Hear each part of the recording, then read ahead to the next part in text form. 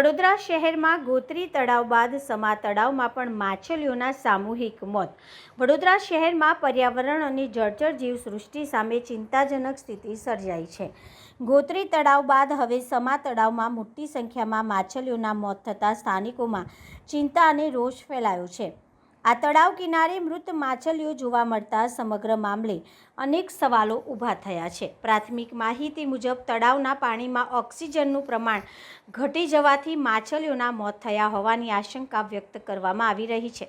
સ્થાનિકોના આક્ષેપ છે કે કોઈ અજાણ્યા તત્વો દ્વારા રાત્રિના સમયે તળાવમાં ઝેરી કેમિકલ છોડવામાં આવતું હોઈ શકે છે, જેના કારણે પાણી પ્રદૂષિત બન્યું છે અને જળચર સૃષ્ટિ પર ગંભીર અસર પડી છે. ઘટનાની જાણ થતાં જ સંબંધિત તંત્ર દ્વારા ઘટના સ્થળ પર પહોંચી પ્રાથમિક તપાસ હાથ ધરવામાં આવી છે. તળાવના પાણીના નમૂનાઓ એકત્રિત કરીને વૈજ્ઞાનિક તપાસ માટે મોકલવાની પ્રક્રિયા શરૂ કરવામાં આવી હોવાનું જાણવા મળ્યું છે. તપાસમાં રિપોર્ટ બાદ જ માછલીઓના મોતનું ચોક્કસ કારણ સામે આવશે. સ્થાનિક નાગરિકો અને પર્યાવરણ પ્રેમીઓએ સમગ્ર ઘટનાની નિષ્પક્ષ તપાસ કરવાની માંગ કરી છે. સાથે જ જો કોઈ વ્યક્તિ કે ઔદ્યોગિક એકમ દ્વારા તળાવમાં ઝેરી પદાર્થ છોડવામાં આવ્યા હોય તો જવાબદાર સામે કડક કાર્યવાહી કરવાની માંગ ઉઠી છે.